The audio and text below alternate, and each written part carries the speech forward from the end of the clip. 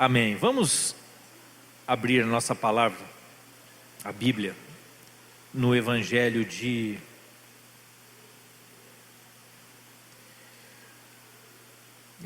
Marcos.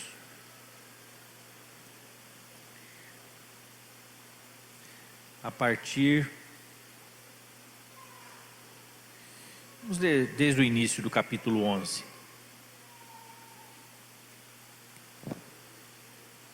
11 a partir do versículo 1, Evangelho de Marcos.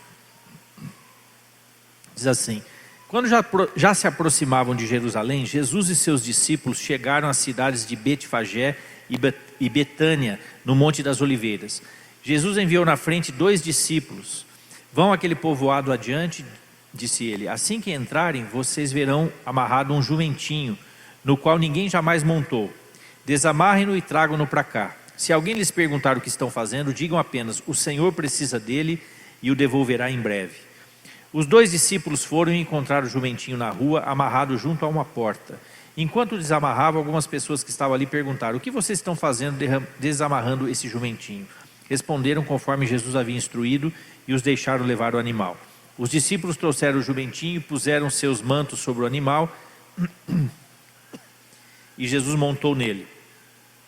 Muitos da multidão espalharam seus mantos ao longo do caminho diante de Jesus, e outros espalharam ramos que haviam cortado nos campos. E as pessoas, tanto as que iam à frente como as que seguiam, gritavam: Hosana, bendito é o que vem em nome do Senhor, bendito é o reino que vem, o reino do nosso antepassado Davi, Hosana no mais alto céu. Jesus entrou em Jerusalém e foi ao templo. Depois de olhar tudo ao redor atentamente, voltou a Betânia com os 12, porque já era tarde. Na manhã seguinte, quando saíam de Betânia, Jesus teve fome. Viu que a certa distância havia uma figueira cheia de folhas e foi ver se encontraria figos. No entanto, só havia folhas, pois ainda não era tempo de dar frutos.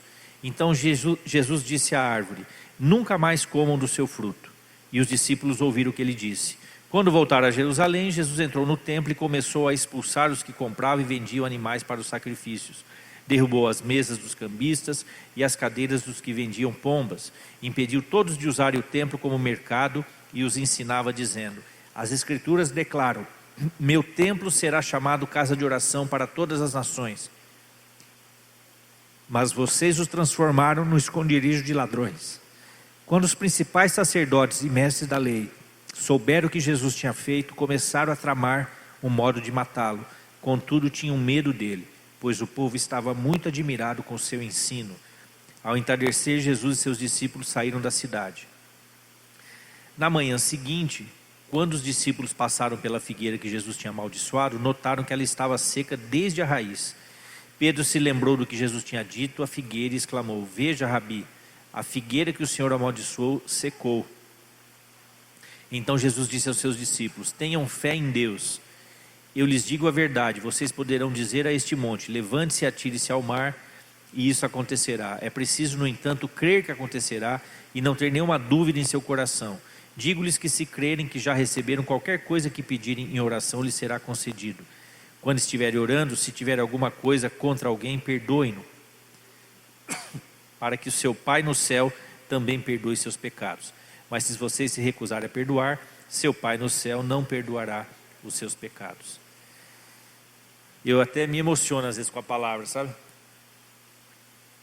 Muitas vezes, né? Como é bom isso. Porque quando eu vejo o zelo de Jesus, né? Pela casa do Pai, pela sua igreja, em fazer a vontade de Deus.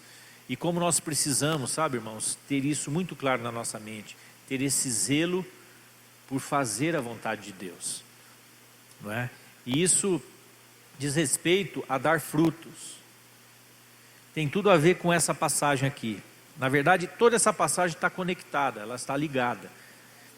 Jesus entra em Jerusalém de uma maneira como ele nunca tinha entrado. Normalmente ele entrava de maneira mais discreta. Dessa vez ele entrou montado num jumento, não é? E foi uma entrada triunfal. Os moradores começaram a jogar os seus mantos no chão para ele passar sobre os mantos. Começaram a abanar folhas de palmeira, não é? Como se fazia para festejar um rei quando ele voltava de uma vitória, quando ele voltava de uma batalha vitorioso, não é? A população da cidade saía para festejar e para celebrar a vitória do rei e do seu exército. E naquele momento parece que os judeus, os habitantes de Jerusalém, parece que eles estavam tendo a revelação de quem Jesus era. Né? Fala, puxa, parece que eles perceberam que Jesus era o rei. Né? Parece que eles tiveram aquele insight, né? Aquele toque do Espírito Santo e compreenderam quem era Jesus. Quase, né? Parece que, né? Você olha as cenas e fala, agora vai, agora a nação se converte, agora todos eles se quebrantam e reconhecem Jesus como rei, como aquele que havia de vir, como o Messias, como o Salvador, como o resgatador da nação e de todas as nações da terra. Dá a impressão, porque Hosana, bendito é o que vem em nome do Senhor, bendito é o reino que vem, o reino do nosso antepassado Davi, Hosana no mais alto céu. Então Jesus entra em Jerusalém e foi até o templo. E quando ele chega no templo, diz assim, eu não tinha reparado nessa passagem, já li várias vezes, mas o Espírito Santo me chamou a atenção. Depois de olhar tudo ao redor atentamente, voltou a Betânia com os 12, porque já era tarde. Jesus tem aquela entrada triunfal e ele vai até o coração da nação. Qual era o coração da nação? Era o templo, porque no templo é que estava a Arca da Aliança, é onde a presença de Deus tocava a terra, é onde o céu se encontrava com a terra.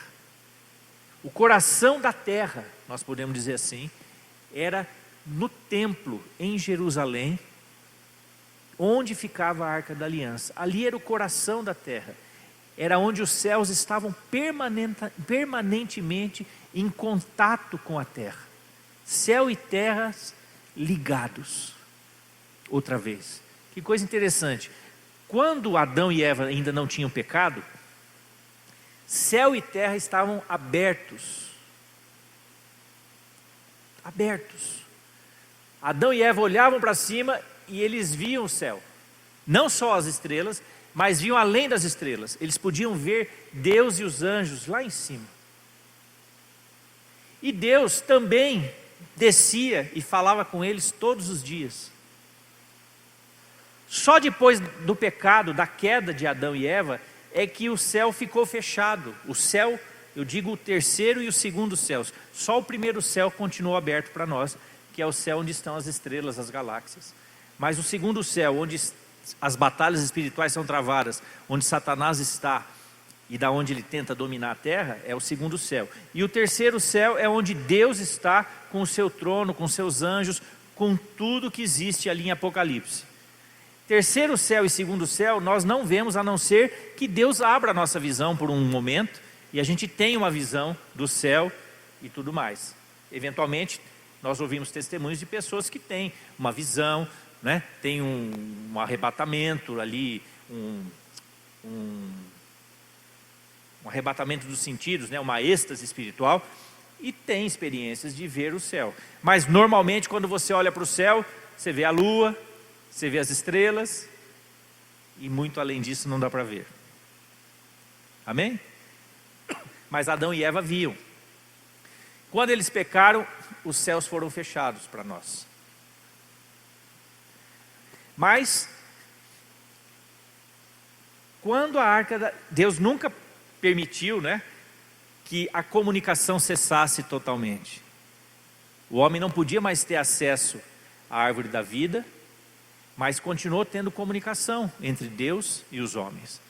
E quando estabelece a arca, ele dá a arca, né, ele instrui Moisés a fazer a arca. E eles fazem o tabernáculo, que era um templo móvel, né, perambulando com eles pelo deserto. Imagina que sabedoria de Deus, né? Um templo portátil, que você armava e desarmava, montava e desmontava. Que coisa tremenda, meu irmão. Eu fico pensando na engenharia de Deus, como Deus é criativo, como Deus tem as soluções para cada momento da nação. Eles não podiam ter um lugar fixo ainda, Deus deu um templo móvel. Armava e desarmava, né? quando precisava. Mas tudo era muito bem acabado. Tudo era muito bem feito, com material de primeira qualidade.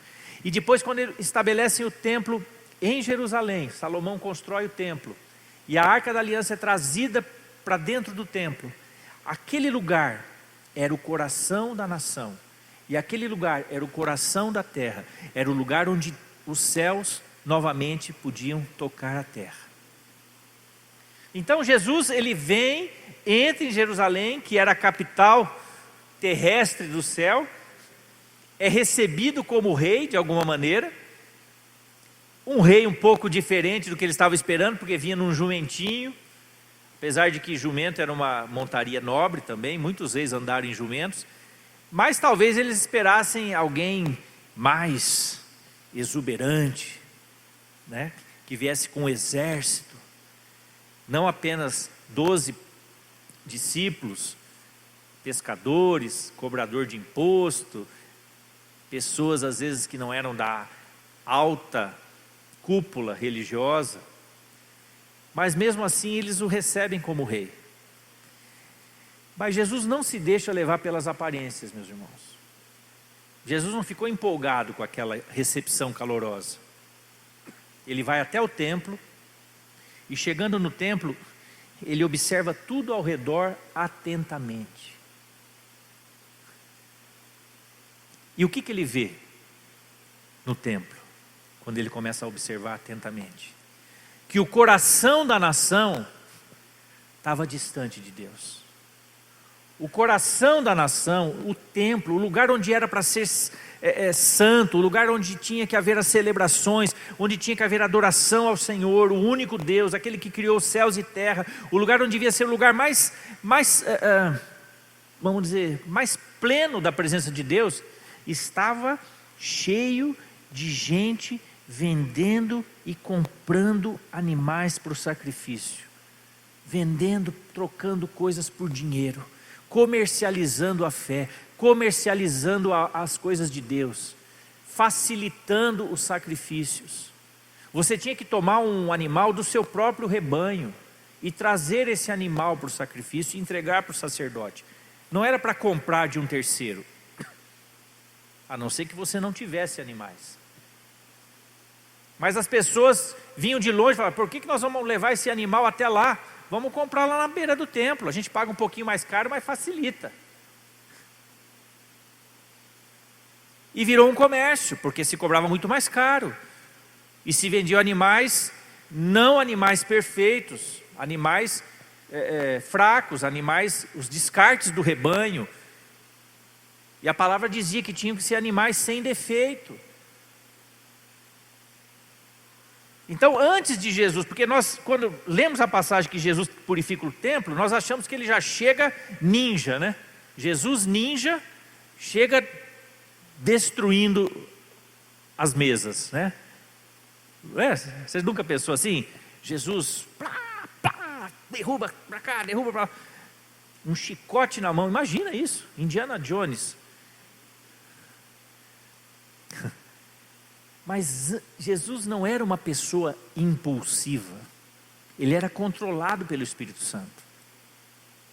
Ele não perdeu as estribeiras ali e entrou irado. Ele tinha um zelo por Deus, pelo Pai, pelas coisas de Deus. Mas antes, ele entra no coração da nação, e ao invés de ele ver luz, ele vê trevas. Tem um versículo que diz: se a tua luz for trevas, quão tenebrosas serão essas trevas. Sabe, irmãos, a gente tem que sempre olhar para o nosso coração e ver se há a luz do Senhor nele.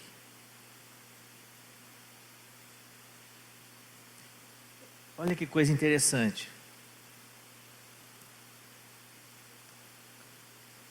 O que tira a luz do nosso coração?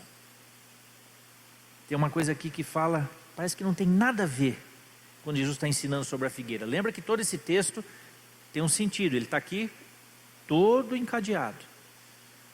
Jesus fala que quando você orar, tudo que você pedir em oração será concedido, se você orar com fé e de acordo com a vontade de Deus. Mas quando você estiver orando, se você tiver alguma coisa contra alguém, perdoa, para que o seu Pai que está no céu também te perdoe os seus pecados. Porque se você não perdoar, o Pai não perdoa também. O que pode trazer treva para o nosso coração, meus irmãos, é não perdoar, é não liberar perdão. Essa é a principal arma que o inimigo pode usar para trazer trevas para a sua vida. A falta de perdão, a falta de liberar perdão, isso causa doenças físicas. Doenças, a gente chama de psicossomáticas, né? Tem muita gente que desenvolve alguns tipos de doença por falta de perdão. Porque são feridas, são magoadas profundamente e não conseguem liberar perdão. Eu não estou dizendo que a ferida foi correta, não estou dizendo que quem feriu está correto, eu estou dizendo que a palavra diz para você perdoar quem te feriu. Porque se você não perdoa, isso traz trevas para o seu coração. A nação estava em trevas, o coração da nação estava em trevas. Tinha se tornado um mercado, comercializando a fé. Qualquer semelhança com a nossa atualidade, com a atualidade da nossa fé, não é mera coincidência. Porque, infelizmente, existe muita trevas misturada com a nossa fé. Muita treva, muito comércio da fé. Muita gente vendendo o Evangelho, distorcendo o Evangelho, usando o Evangelho para interesse próprio, para interesses particulares, para interesses privados, usando e abusando da igreja de Cristo. A igreja é a noiva do Cordeiro, a igreja pertence a Ele. Nós não somos donos da igreja, a igreja pertence a Jesus. Nós somos amigos do noivo, a gente está aqui para ajudar a preparar a noiva para o casamento, mas a noiva pertence a Ele. Nós não temos o direito de violentar, de violar, de tocar na noiva. Ela pertence ao Senhor Jesus. Ai daquele que fizer isso, ai daquele que molestar a noiva. Eu não queria estar na pele dessas pessoas, porque vão pagar caro por isso. Mas veja só, o texto está aqui. Então Jesus vai ali, entra, é recebido com muita alegria, com muita festa e mas ele não se engana pelas aparências. Aqui está uma lição: não se engane pelas aparências, meus irmãos. Não se leve pelas aparências das coisas. As aparências enganam, não tem um ditado assim? As aparências enganam. Você precisa ir no coração das coisas, na essência das coisas, aonde as coisas realmente acontecem, para ver se realmente ali há luz ou há trevas. E quando Jesus foi até o templo e observou atentamente tudo ao redor, ele volta para Betânia com seus discípulos, porque já era tarde. Com certeza ele ficou meditando e orando sobre aquilo que ele viu. Ele não ficou feliz com aquilo que ele viu. Ele deve ter chorado com aquilo que ele viu. Ele deve ter ficado muito triste, muito frustrado com aquilo que ele viu.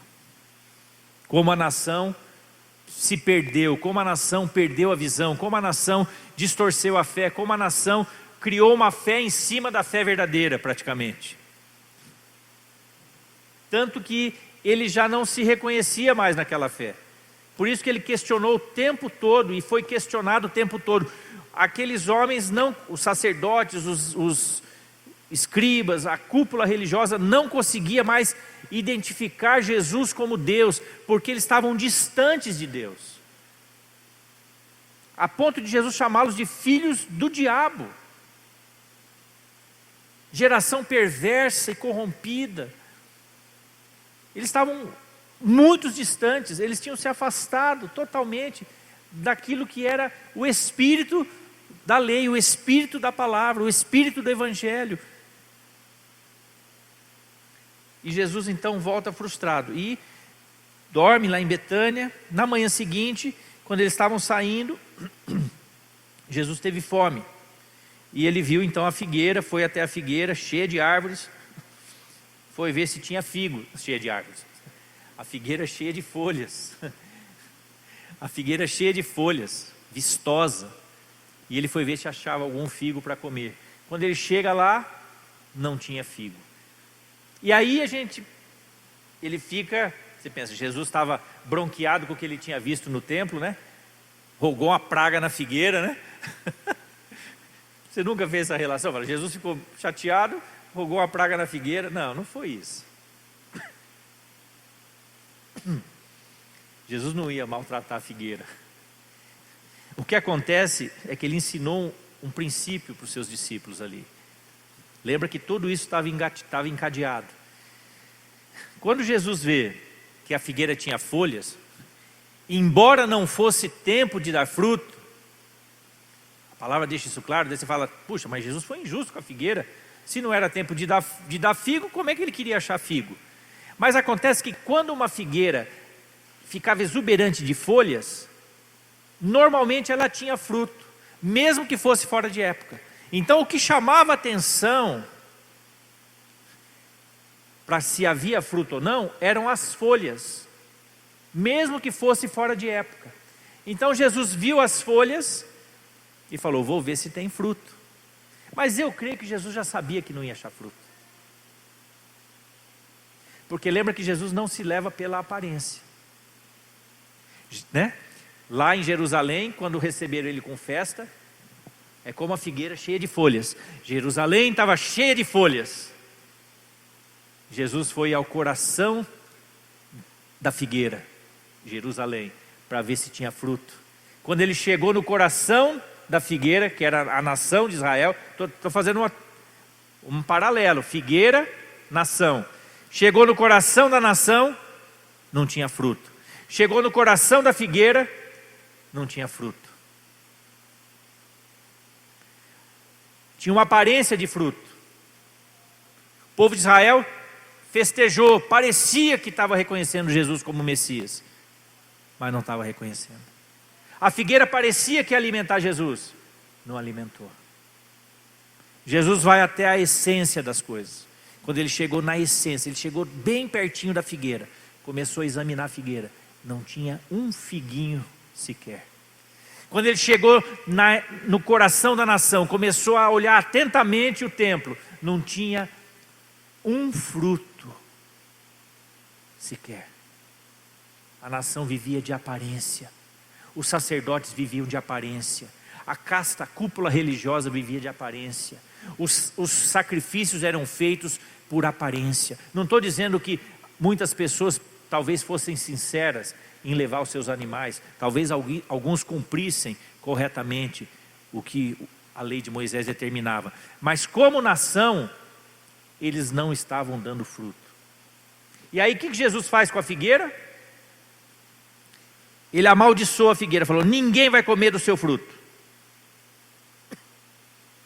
E aí ele vai para Jerusalém. Quando ele chega em Jerusalém, ele vai no templo, e aí ele faz uma limpeza no templo. E é como se Jesus estivesse dizendo, olha, infelizmente, ninguém mais vai comer do fruto desse templo. Porque vocês não estão dando fruto. Vocês só estão vivendo de aparência. E logo depois daqueles dias, né? Pouco tempo depois da morte de Jesus, o templo foi totalmente destruído pelos romanos, não ficou pedra sobre pedra, e nunca mais foi reconstruído. Até hoje tem o Muro das Lamentações, que é uma ruína que ficava ao redor do templo, do muro que ficava ao redor do templo. E aonde tinha a desolação do templo, hoje tem construído uma mesquita muçulmana. Onde havia desolação, hoje se adora um Deus que não é o Deus verdadeiro. A verdade tem que ser dita. Com todo respeito, né, aos muçulmanos, mas é a verdade.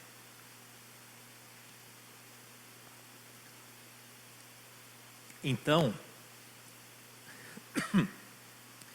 Jesus ele limpa o templo,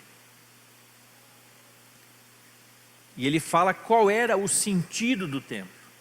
Ele está o tempo todo ensinando, mesmo fazendo aquela rapa, aquela limpeza, ele fala: minha casa, o meu templo será chamado casa de oração para todos os povos, e vocês o transformaram num esconderijo de ladrões.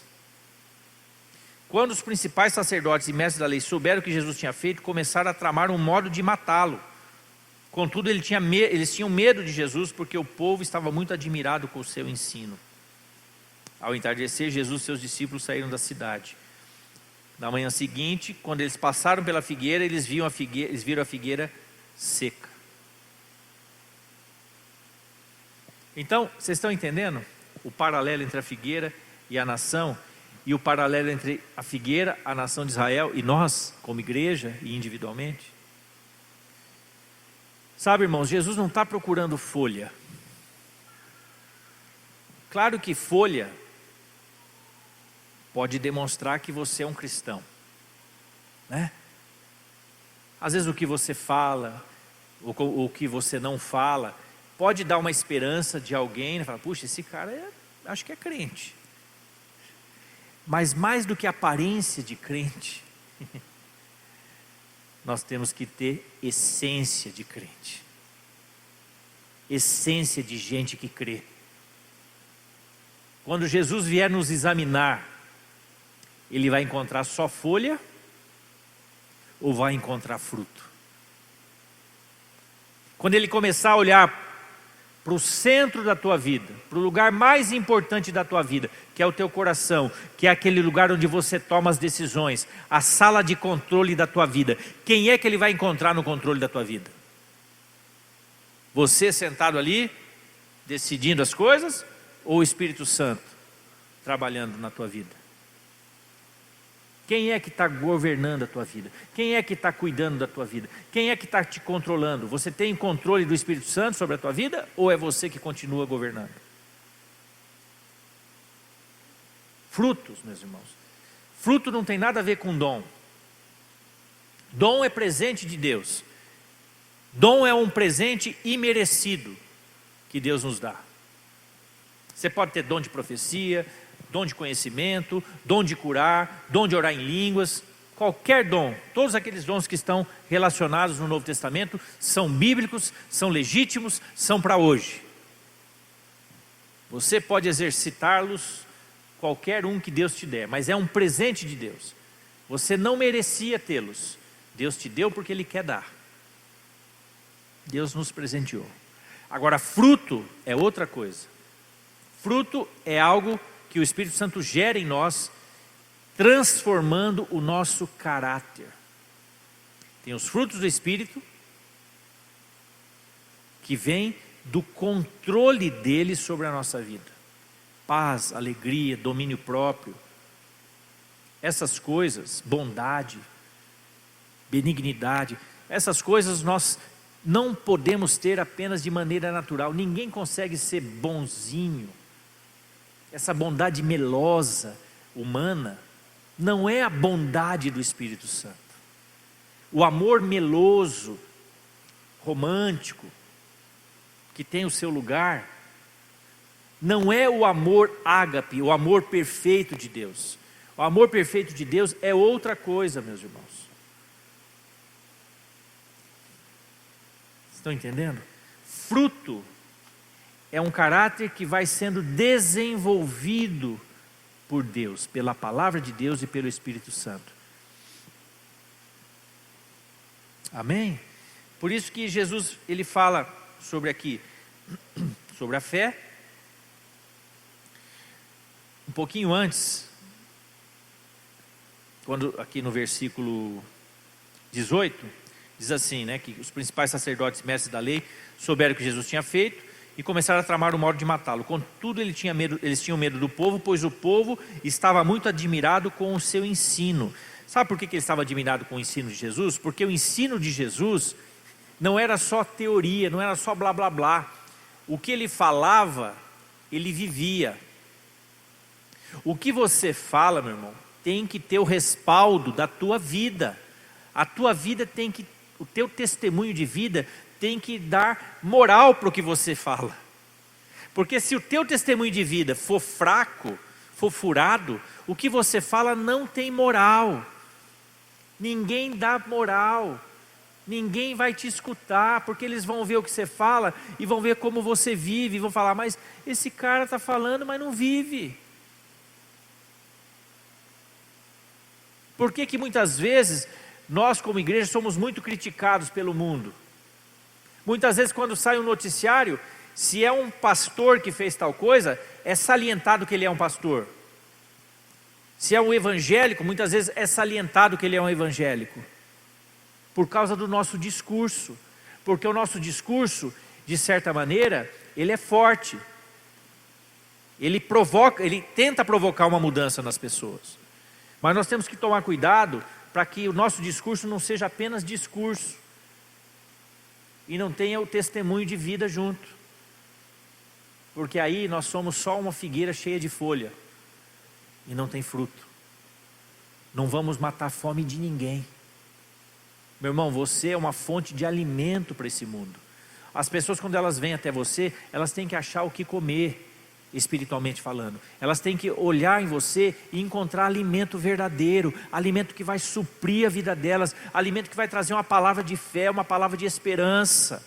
Elas não podem chegar até nós e ver a mesma desesperança que elas encontram em outro lugar, porque se a igreja não for a solução para esse mundo, nós não temos outra solução. Claro, a solução é Jesus, mas nós somos os representantes de Jesus aqui. Então nós temos que amar as pessoas que pensam diferente de nós. Elas podem ser muçulmanas, budistas, qualquer fé, umbandistas. Nós temos que amar essas pessoas.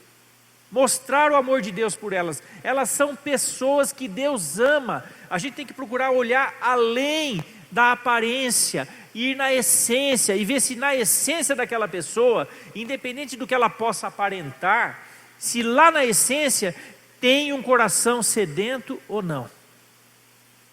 Porque se tiver um coração sedento, toda aquela casca pode ser furada e nós podemos entrar lá no profundo com a palavra e com o Espírito Santo e eles vão transformar aquela pessoa. Amém? É isso que nós temos que crer. É difícil? Claro que é difícil. É impossível, porque é uma obra para o Espírito Santo. Só Ele pode produzir isso. Mas nós somos instrumentos. Nós estamos aqui porque somos canais. Deus não deu essa missão para os anjos. Ele deu essa missão para homens e mulheres. Você e eu fomos incumbidos dessa missão. Se fosse papel dos anjos, eles estariam trabalhando nisso. Como não é papel deles, eles estão trabalhando em outras coisas. Cada um tem a sua função no reino de Deus. Então é tarefa nossa. E tem outra tarefa que é do Espírito Santo. Entrar lá dentro do coração da pessoa e transformar e trazer revelação, só o Espírito Santo. Por isso que Jesus fala, não é por força, nem por violência, mas pelo meu Espírito. Amém? Então, nós estamos entendendo aqui, né, a sequência dessa passagem. Como as trevas podem sutilmente tomar conta do coração, da essência da nossa vida. Não foi de repente que o templo se tornou um lugar de comércio. O templo parecia um mercado. Você já viu aqueles filmes que tem aqueles mercados, mercado persa, mercado árabe, mercado, né, Israel, aquele monte de gente negociando coisas. Eles são muito bons de negociar, né, e de falar. Eles têm uma alegria naquele fazer negócio. Aquelas barracas, se vende de tudo. O templo era mais ou menos aquilo, se vendia de tudo, desde os animais para o sacrifício até os lanchinhos, a comida, porque eles viajavam muito tempo, tinham que comer, tinham que fazer refeição, era tudo em volta do templo, virou aquela bagunça, aquela coisa, se resolvia tudo ali.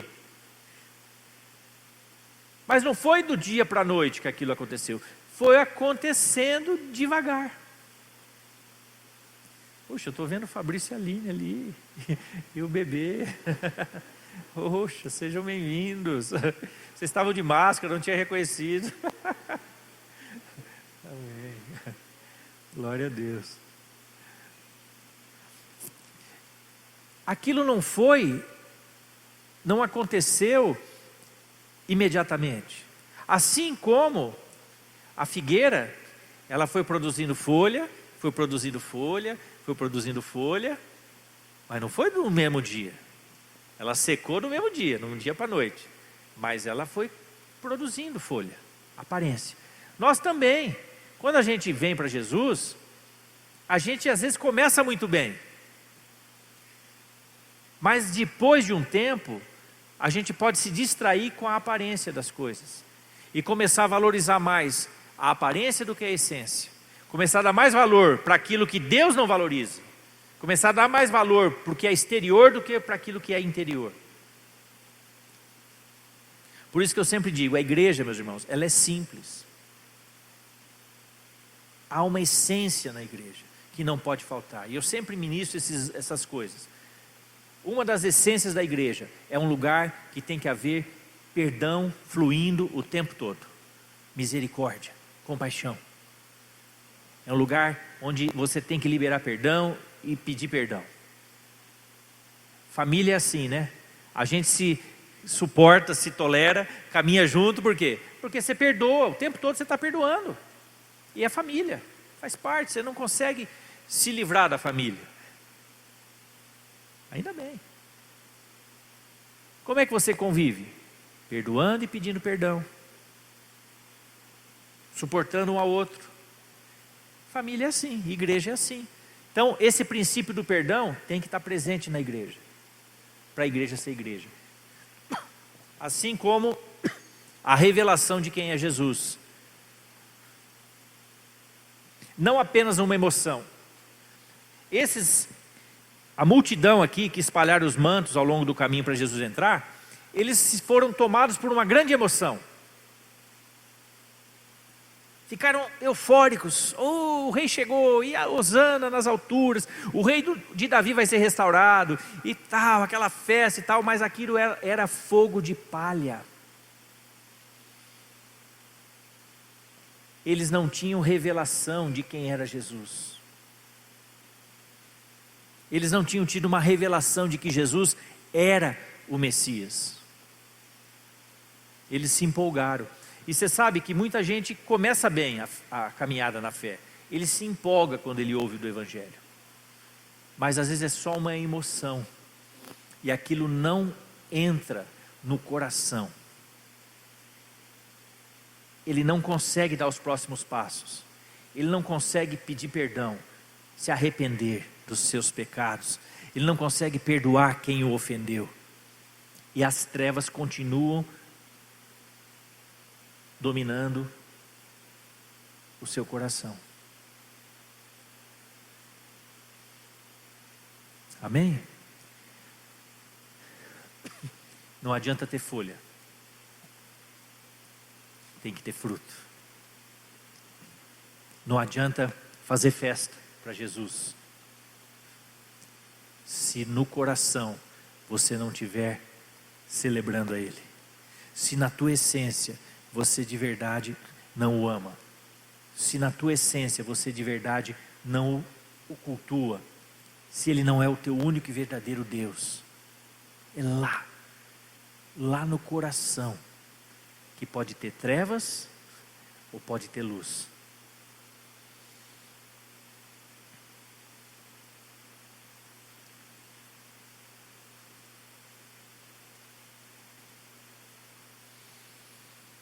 Jesus também fala sobre árvore e frutos. Mateus 7, a partir do versículo 15. Tomem cuidado com falsos profetas que vêm disfarçados de ovelhas, mas que na verdade são lobos esfomeados. Vocês os identificarão por seus frutos. É possível colher uva de espinheiros ou figos de ervas daninhas? Da mesma forma, a árvore boa produz frutos bons e a árvore ruim produz frutos ruins. A árvore boa não pode produzir frutos ruins, e a árvore ruim não pode produzir frutos bons. Toda árvore que não produz bons frutos é cortada e lançada no fogo. Portanto, é possível identificar a pessoa por seus frutos.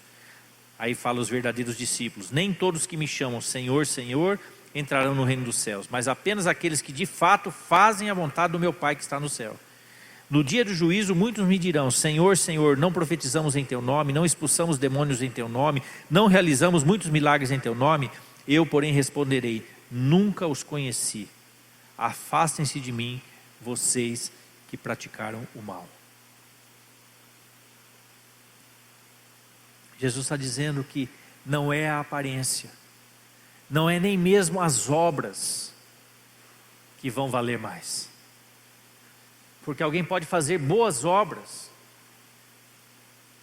mas aí o coração não está sincero. Às vezes, meus irmãos, o fazer a obra de Deus é muito mais para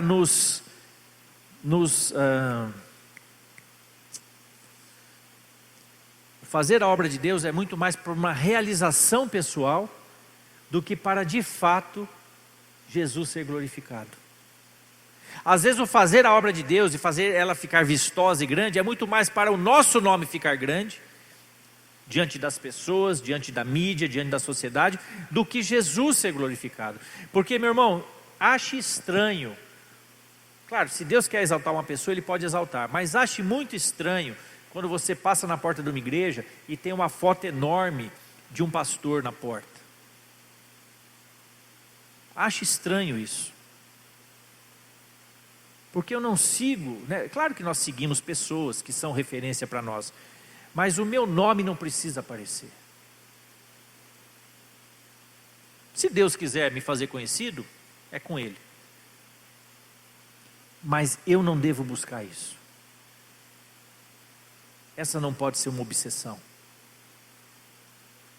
Não estou dizendo que quando você lança um livro, não deva ter sua foto lá, claro, as pessoas precisam ver quem você é. Às vezes pode servir para espantar barata, pode servir para espantar mosca, né? Tem problema, tem que ter ali para você se identificar. Não, eu não estou questionando isso, mas já acho estranho quando passa da medida, passa do bom senso. Não é bom que seja assim.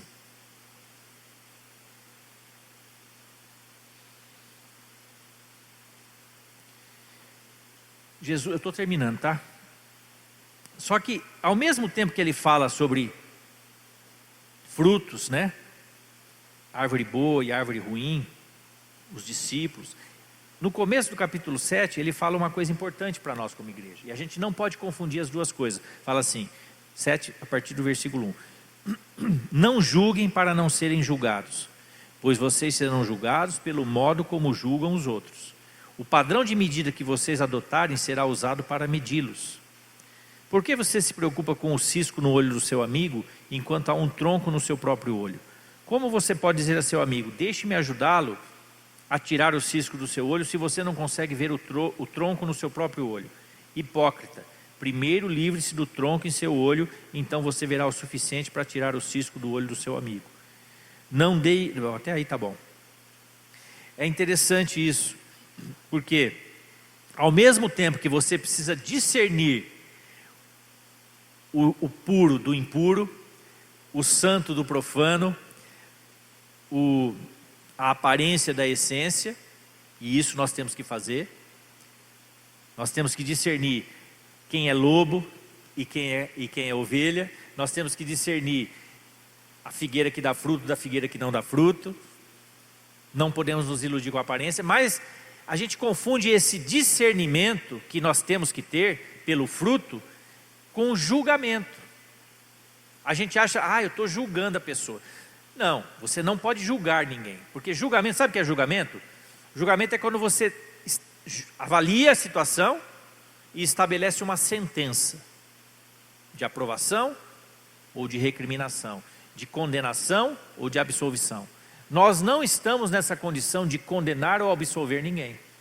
Então julgar o outro é você se colocar na posição de dar uma sentença, de absolver ou de condenar. E essa não é a nossa posição. Isso nós não podemos fazer. Agora, discernir se aquela pessoa é do bem ou do mal, se aquela pessoa dá fruto bom ou fruto mal, você vai discernir como? Pelo fruto, pelo que ele pratica, se o que ele fala é coerente com o que ele faz. Agora, você está sendo avaliando, olhando atentamente como Jesus fez, para se afastar ou se aproximar. Porque se você se aproxima de um lobo, mais cedo ou mais tarde você vai ser comido. Lembra da parábola do Chapeuzinho Vermelho? Que olhos grandes, a parábola do Chapeuzinho Vermelho. Que olhos grandes você tem, que boca grande você tem, que ouvido grande você tem, e de repente, Chapeuzinho Vermelho, a vovozinha, todo mundo foi, para a barriga do lobo. Não era assim que a gente ouvia essa história? Mas lobo é isso, lobo quer nos destruir. E se a gente se aproxima demais de um lobo, você mais cedo ou mais tarde vai ser devorado por ele. Então Jesus está nos alertando, olha, não seja tolo, tenha discernimento, não seguir pela aparência, seguir pela essência, vá ver fruto, vá ver se tem fruto, vá ver se o que ele fala é condizente com o que ele vive. Mas você tem que olhar atentamente, meus irmãos. Por exemplo, nós vivemos numa cidade pequena, talvez um dia você vá ouvir uma fofoca a meu respeito, na cidade, se já não ouviu. O que você tem que fazer? Espero que você não escute o fofoqueiro. Espero que você vá à fonte, vá à essência, chegue perto e avalie os frutos que eu tenho dado na minha vida. Para ver se eu sou coerente com o que eu tenho pregado esses anos todos, ou se o que eu tenho falado é palavra lançada ao vento. Então não seguir pelos rumores, pelas fofocas, pelo diz que me diz que. Meu irmão, já ouvi tanta coisa ao meu respeito na cidade. Tanta coisa.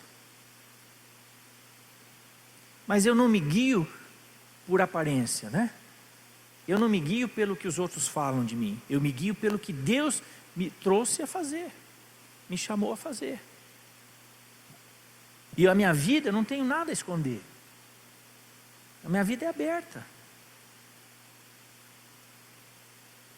Então, às vezes você pode ter uma dúvida, e é legítima ter essa dúvida. Pergunte para nós. Não precisa ter vergonha. Ou pergunta para alguém que está perto de nós. Às vezes você não tem coragem de perguntar direto. Pergunta para alguém que nos conhece. Para os nossos filhos, para os pastores, para os líderes. Mas não escute os rumores. Às vezes você escuta um boato de um irmão. E você dá crédito para aquela pessoa que você nem sabe bem quem é. Primeiro vá ver. Então, o julgar é isso, é você escuta, já toma uma decisão e condena ou absolve. Também não deve absolver, sem saber, vai saber, porque às vezes você pode ajudar o irmão a sair daquele embaraço. Amém, meus irmãos? Vocês estão entendendo a diferença de julgar e entre discernir? Discernir se aquele camarada é uma árvore boa ou uma árvore ruim, você vai discernir pelo fruto. Mas julgar não é o nosso papel. Porque se você começa a ser juiz dos outros, você vai ser julgado também. E a régua é aquela régua que você estabeleceu. O padrão que você estabeleceu é por esse padrão que você vai ser julgado. Por isso que às vezes o mundo não tem misericórdia da igreja, porque às vezes a igreja não está tendo misericórdia do mundo. Ela sai massacrando, e aí ela recebe de volta. Amém? É importante a gente entender essas coisas,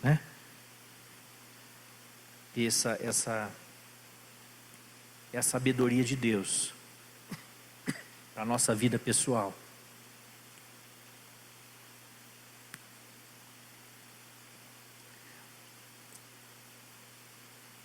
Não se leve pela aparência, vá na essência. Olhe para o teu coração e vê se nele tem luz ou se tem trevas. A treva que mais escurece é a falta de perdão.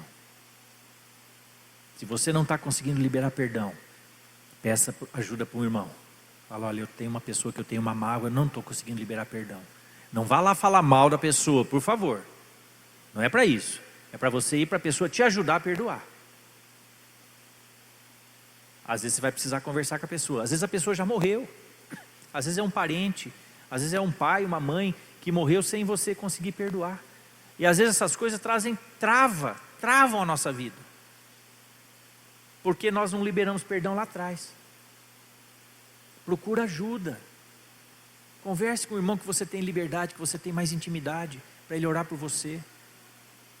Para que a sua vida possa crescer e frutificar e ser uma bênção. Amém? Amém, irmãos?